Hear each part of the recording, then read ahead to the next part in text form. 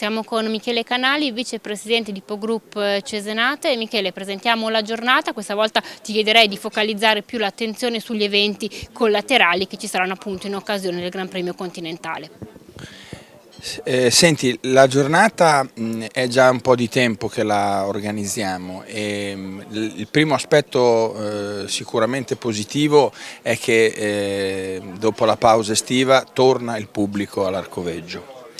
Quindi abbiamo messo come slogan l'Arcoveggio riparte dal Continentale proprio per questo, perché finalmente dopo mesi di lockdown sul pubblico avremo in parterre e in tribuna il pubblico. Poi abbiamo organizzato delle cose sempre diciamo in rispetto delle norme Covid, però proprio per questo con la nostra collaborazione che abbiamo con la Croce Rossa, con il trofeo che hanno i gentleman, verranno e faranno un hub proprio fuori dalle biglietterie dove verranno eseguiti i tamponi gratuiti.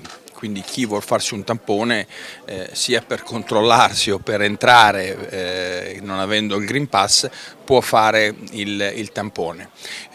Poi abbiamo fatto una collaborazione con una gelateria poco fuori dell'ippodromo che ha il gelato veramente buono, che verrà all'ippodromo, quindi ci sarà gelato per tutti, ci saranno bollicine, quindi prosecco per tutti come brindisi dopo il Continentale, e poi a centro parterre ci sarà una band che ha già suonato a Cesena, che è stata apprezzata, e il duo comico Trevisonno insieme a Big Mo.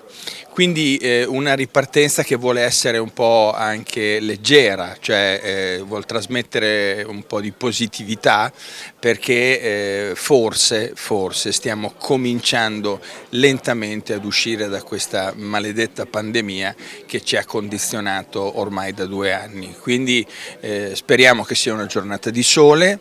L'aspetto tecnico è di altissimo livello, quindi venite al Continentale. Bene, ringrazio Michele Canali.